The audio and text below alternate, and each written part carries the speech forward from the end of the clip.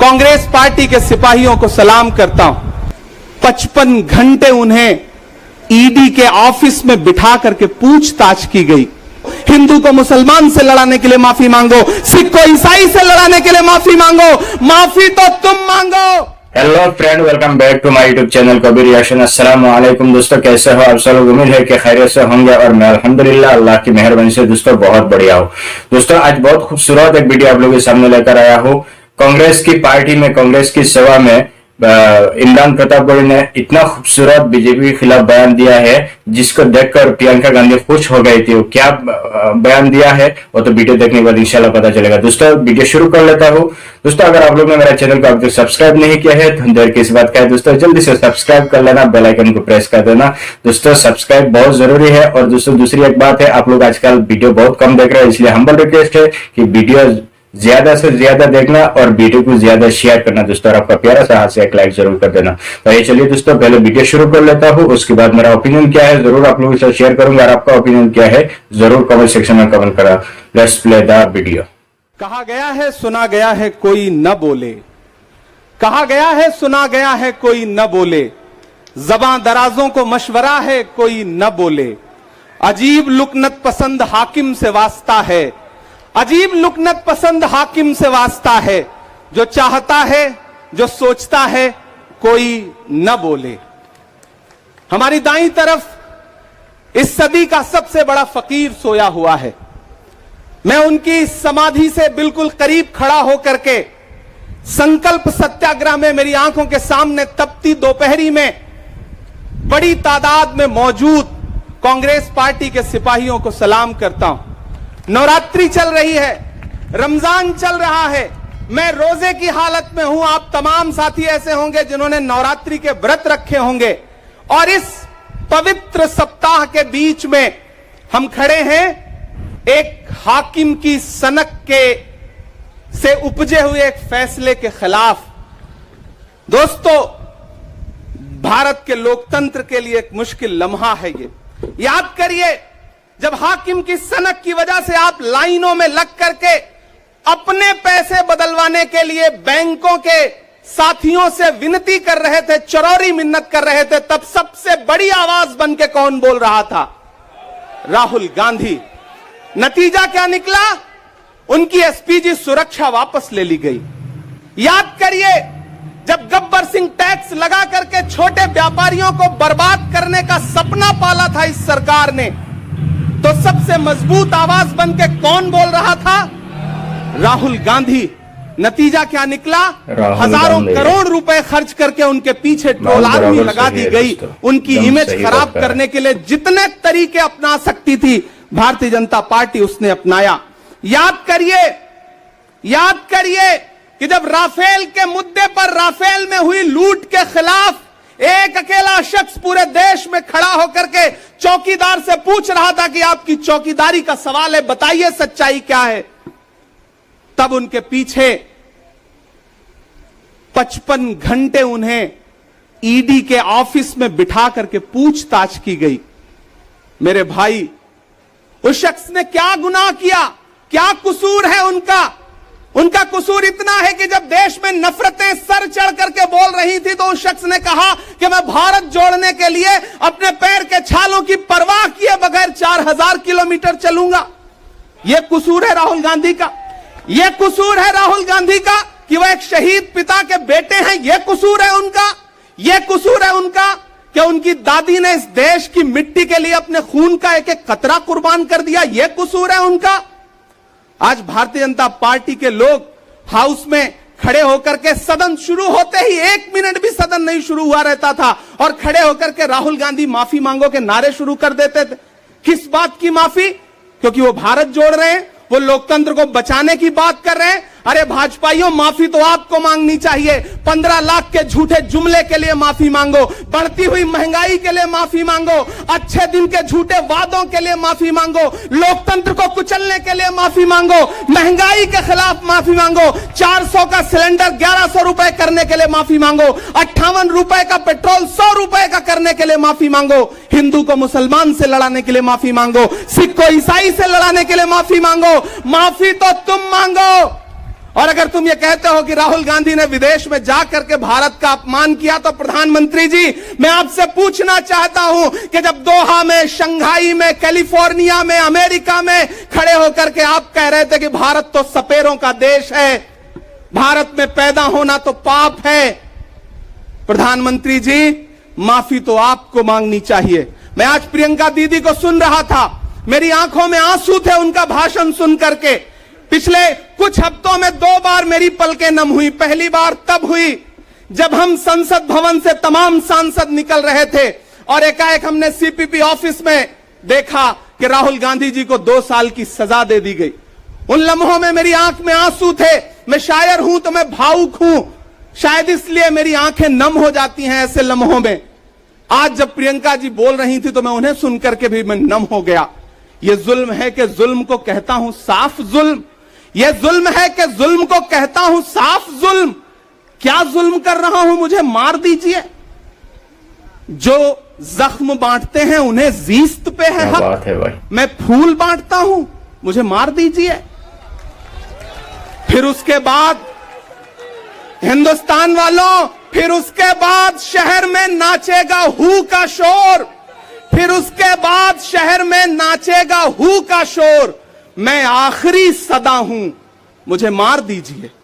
मेरे भाई, इस देश के लोकतंत्र को बचाने के लिए जो सबसे बड़ी आवाज है इस देश के, उसको मारने की, उसको कुचलने की जो कोशिश है, उसके खिलाफ आपको खड़ा तो होना पड़ेगा, आपको बोलना तो पड़ेगा। मैं कभी कभी सोचता हूं कि जब मैं कभी समाधि पर जाऊं तो क्या मुंह दिखाऊंगा महात्मा गांधी को, मैं क्या मुंह दिखाऊंगा राजीव जी को, हम क्या मुंह दिखाएंगे इंदिरा जी को, कि उनके वारिस के साथ, उनके घर के चश्मो चिराग के साथ इस तरह की अपमानजनक बातें की जा रही हैं और देश खामोश बैठा है। सवाल आपसे है, सवाल यहां बैठे हुए लोगों से नहीं है, सवाल आपसे है जो आप कांग्रेस की मोहब्बत में यहां आए हुए। मैं आपको सलाम करता हूं, मैं जानता हूं आप राहुल गांधी जी से मोहब्बत करते हैं, कांग्रेस पार्टी से मोहब्बत करते हैं, प्रियंका दीदी के सम्मान में आए हुए हैं, खड़गे साहब के सम्मान में आए हुए हैं, मैं जानता हूं। वरना इस तपती दोपहरी में व्रत रख के, रोजा रख करके कौन परेशान होने के लिए आता। आपको मोहब्बत है पार्टी से, लेकिन नया पाने की चाहत में पुराना छूट जाता है। तुझे अपनाऊं तो मुझसे जमाना रूठ जाता है। मोहब्बत पढ़ने लिखने में बहुत आसान है, लेकिन मोहब्बत को निभाने में पसीना छूट जाता है। मैं जानता हूं कि आप पसीने के बीच भी, आप तपती दोपहरी के बीच भी यहां बैठे हैं। क्यों? क्योंकि आपके मन में पीड़ा है। आप देख रहे हैं कि लोकतंत्र को किस तरह से कुचला जा रहा है। मेरे भाई, ये एक मुश्किल वक्त है। मैं इस मंच पर खड़ा होकर के, गांधी समाधि के इस मंच पर खड़ा होकर के पूरे देश का आह्वान करता हूं कि अब समय राहुल गांधी के सत्याग्रह का नहीं है। अब राहुल गांधी जी से आगे बढ़ करके देश के एक एक व्यक्ति के ऊपर बात आ गई है। एक ऐसी आवाज जो आपके लिए संसद में बोल रही थी, कसूर क्या था? उन्होंने प्रधानमंत्री जी के भ्रष्टाचारी मित्रों के खिलाफ आवाज उठाई। उन्होंने पूछा कि 20,000 करोड़ रुपया कहां से आया अडानी की कंपनियों में। उन्होंने पूछा कि नीरव मोदी ने, ललित मोदी ने, मेहुल चौकसी ने जो इस देश को लूटा है, उसका जवाब प्रधानमंत्री जी को देना पड़ेगा। अगर प्रधानमंत्री जी इतना कहने से आप राहुल गांधी जी की सदस्यता ले लेंगे तो हम तमाम सांसद तैयार हैं। ले लीजिए हमारी सदस्यता, लेकिन हम रुकने वाले नहीं हैं, हम झुकने वाले नहीं हैं। हम मुसलसल बोलते रहेंगे। मैं हिंदुस्तान के लोगों से कहना चाहता हूं कि हमने सहराओं में हासिल किया आसानी से, तुम समंदर में भी रहकर न मिले पानी से। ये सियासत के दिए सबके हवाले न करो, मुल्क बिक जाता है एक शख्स की नादानी से। इस शख्स की नादानी से देश बिक रहा है, लोकतंत्र मटिया मेट हो रहा है, संविधान को कुचला जा रहा है। और वो आखिरी सदा जो 7 फरवरी को गूंजी थी पार्लियामेंट में, उसको भी खामोश करने के लिए उसे संसद से निकाल दिया गया है। मैं देश से कहना चाहता हूं कि उन्होंने राहुल गांधी जी को संसद से निकाल दिया है।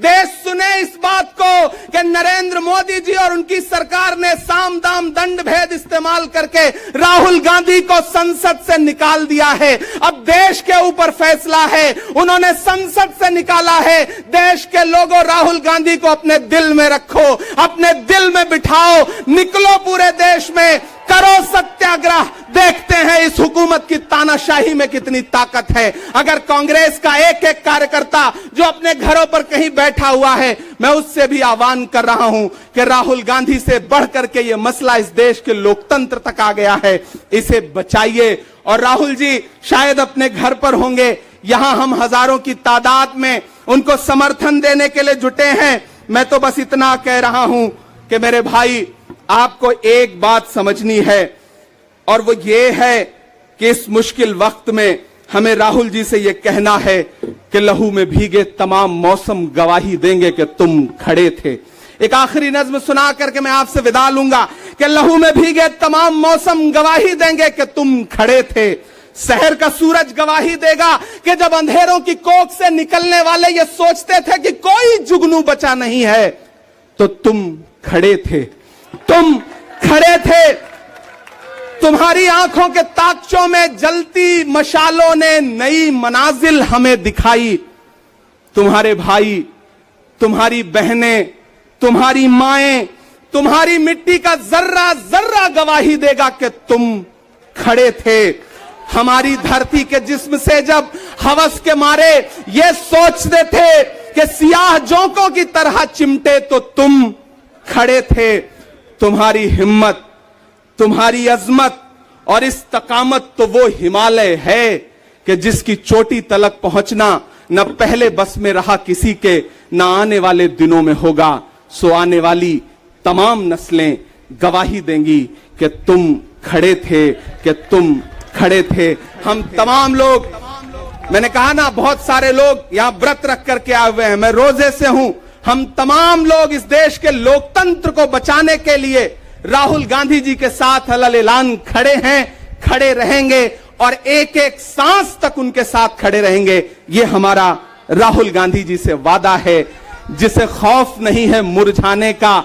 हम उस गुल के साथ खड़े हैं, कैसा भी दौर आए, लेकिन हम राहुल के साथ खड़े हैं।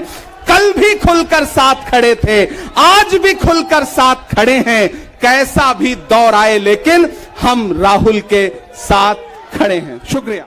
क्या दोस्तों, क्या खूबसूरत बयान दिया, कि खूबसूरत स्पीच दिया है इमरान प्रतापगढ़ी ने।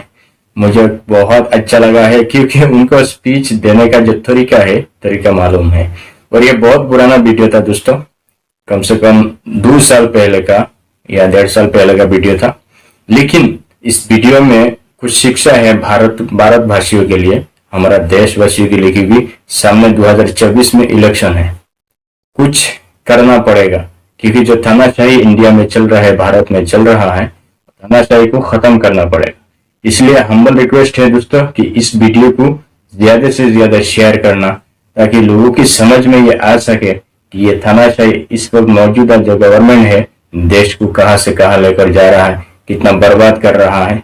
दोस्तों बस इतना ही बोलना चाहता हूं कि इस बार कुछ कीजिए, एक साथ मिलकर कुछ कीजिए देश के लिए। अगर दोस्तों कुछ ज्यादा बोल दिया है तो माफ कर देना, लेकिन यही सच्चाई है दोस्तों कि ये तानाशाही को खत्म करना पड़ेगा हम सबको मिलके। तो चलिए दोस्तों, मिलता हूँ किसी और एक वीडियो को लेकर, तब तक के लिए अल्लाह।